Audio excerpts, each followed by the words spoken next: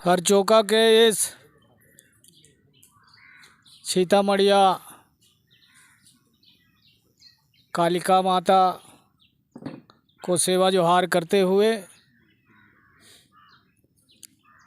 यहाँ आज त्रिस्तरीय पंचायत राज चुनाव में नवनिर्वाचित होकर के सरपंच, जनपद सदस्य एवं जनपद अध्यक्ष के पद पर हमारे गोंडवाना आंदोलन के माध्यम से लोगों ने यहाँ विजय श्री हासिल किया और आज सम्माननीय कैलाश सिंह परस्ते जी जो जनपद सदस्य निर्वाचित हुए हैं इस क्षेत्र से, उनके माध्यम से सम्मान समारोह का कार्यक्रम रखा गया।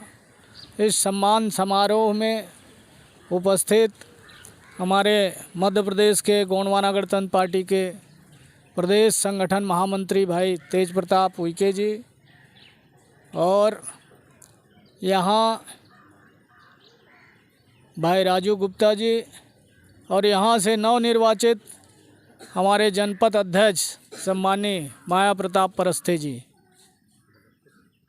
भाई सुखलाल मरावी जी जनपद सदस्य निर्वाचित हुए और कैलाश परस्ते जी, और इस तरह वैसे हमारी पार्टी के तो 5 जनपद सदस्य निर्वाचित हुए इस ब्लॉक में, और तालमेल करके जनपद अध्यक्ष बनाया गया। तो इसके लिए बहुत बहुत बधाई हो, आप लोगों के उज्जवल भविष्य की कामना करता हूं। साथ ही साथ इस क्षेत्र से ढेर सारे सरपंच चुनाव जीत के आए हैं। राज्य में प्रथम कड़ी होता है ग्राम पंचायत, जहां गांव की मूलभूत सुविधाओं को, किसानों के जल जंगल ज़मीन की तमाम चीज़ का जो मूलभूत सुविधाएं हैं उनके लिए ग्राम पंचायत के माध्यम से हम जनपद पंचायत में, फिर जिला पंचायत में, फिर सरकार के तक पहुंचने का काम करते हैं। निश्चित तौर पर आप सब लोगों को मैं बधाई देता हूं, आप लोगों के मेहनत रंग लाया, हम लोगों का मार्गदर्शन रहा। आप लोगों के बीच में हम लोग अलग अलग ग्राम पंचायत में दौरा किए चुनाव के समय 1 महीना। निश्चित तौर पर यहाँ जनपद अध्यक्ष बना और सोनहत में जनपद उपाध्यक्ष बना और सरपंच बहुत सारे लोग जीते। तीनों हमारे विधानसभा के तीनों विकास खंड में सरपंच चुनाव जीत के आए हैं ढेर सारे लोग।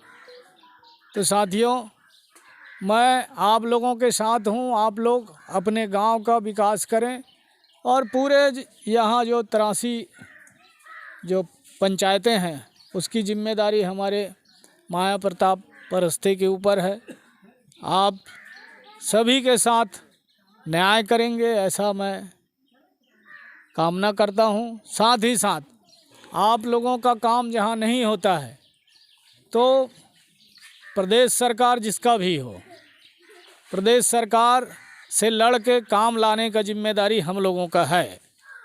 निश्चित तौर पर मैं आप लोग जो बात और प्रस्ताव देंगे तो हम रायपुर में जा कर के, हमारा विधायक है उनके माध्यम से स्थानीय जो मंत्री हैं, मुख्यमंत्री हैं, उनसे मिल कर के और अधिकारी जो हैं मंत्रालय में, पंचायत विभाग जो होता है वहाँ से आप लोगों के लिए काम स्वीकृत कराने का भी हम लोग वचन देते हैं। क्योंकि निश्चित तौर पर बहुत सारे काम हमारे लिखा पढ़ी करने से, मांग पत्र देने से प्रदेश में हो रहे हैं। तो निश्चित तौर पर ये हमारा कर्म क्षेत्र है और इस कर्म क्षेत्र में हम आप सब लोगों के सुख दुख में, जिस तरह जल जंगल ज़मीन की लड़ाई हम लोगों ने लड़ा, 27 नवंबर 2006 को दादा हीरा सिंह मरकाम जी के साथ हम लोग दिल्ली गए और दिल्ली गए तो उसमें कोई एक गोंडवाना गणतंत्र पार्टी बस के लोग नहीं रहे और अन्य दल के लोग, सामाजिक संगठन के लोग रहे। इस तरह दादा के नेतृत्व में 4.5 लाख लोग दिल्ली गए। उसमें निश्चित तौर पर हमारे समाज के 15 लोग शहीद हो गए उस आंदोलन में। तब जा कर के सरकार को झुकना पड़ा। जो कानून 60 साल तक लटका था उसे 15 दिन में आंदोलन के बाद, गोंडवाना आंदोलन, गोंडवाना गणतंत्र पार्टी के आंदोलन के बाद वो कानून बन करके आया। और आज तमाम लोगों को उसका हक अधिकार मिला कि नहीं मिला? जो गोंडवाना आंदोलन में, गोंडवाना गणतंत्र पार्टी में नहीं है, उनको भी 5 एकड़ 10 एकड़ मिला कि नहीं मिला भाई? मिला ना। तो देखिए, हमारा काम है आंदोलन करना और आपको हक अधिकार दिलाना। आज भी हम पार्टी से ऊपर उठ के, चाहे वो कोई भी ग्राम पंचायत में जो भी सरपंच बना है या जनपद बने हैं, जिला में लोग चुनाव जीत के गए हैं, उनसे अगर काम नहीं होता है तो हमको अगर पत्र दिया जाता है तो निश्चित तौर पर सरकार से लड़ के हम आपके काम को स्वीकृत कराने का काम, ये मैं वचन देता हूँ साथियों। और आपके बीच में मैं पूरा क्षेत्र में सक्रिय रहता हूँ। क्षेत्र में तमाम लोगों के जन समस्या, मूलभूत समस्या, ये सामने जो दिख रहा है मवई नदी, हरचोका पंचायत, यहाँ रेत का उत्खनन होता है और ये रेत उत्खनन करने वाले उस पार का सांसद है कि नहीं है? उस पार का सांसद जो मिश्रा जी हैं, ठीक है ना भाई?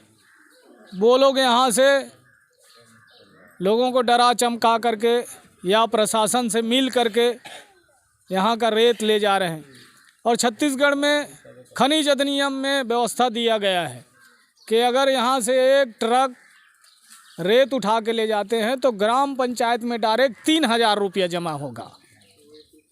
कितना जमा होगा? रॉयल्टी 3,000 रुपया होगा। तो इन तमाम के लिए आप लोगों को संगठित होना पड़ेगा ना भाई।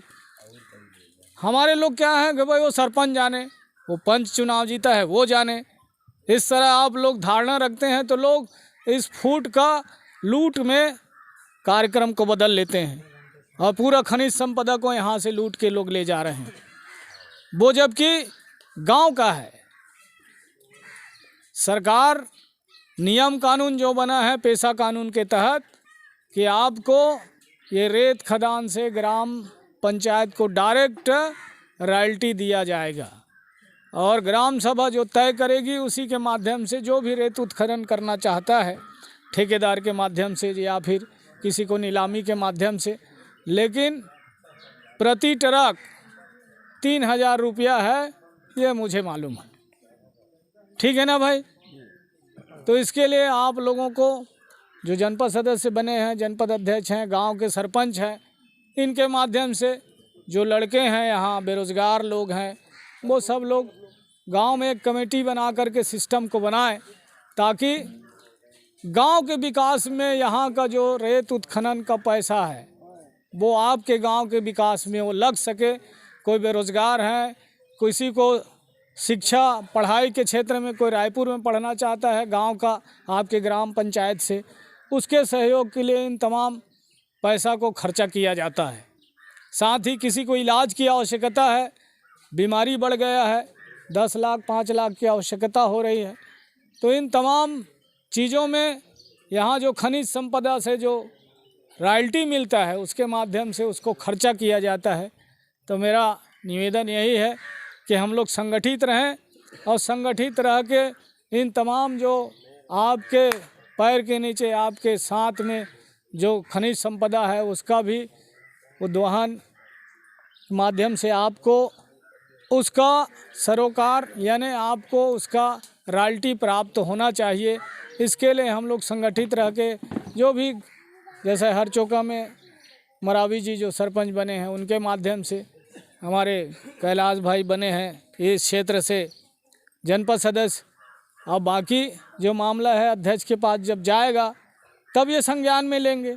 निचले स्तर से भाई जनपद तक जाएगा तभी तो भाई, ठीक है ना भाई?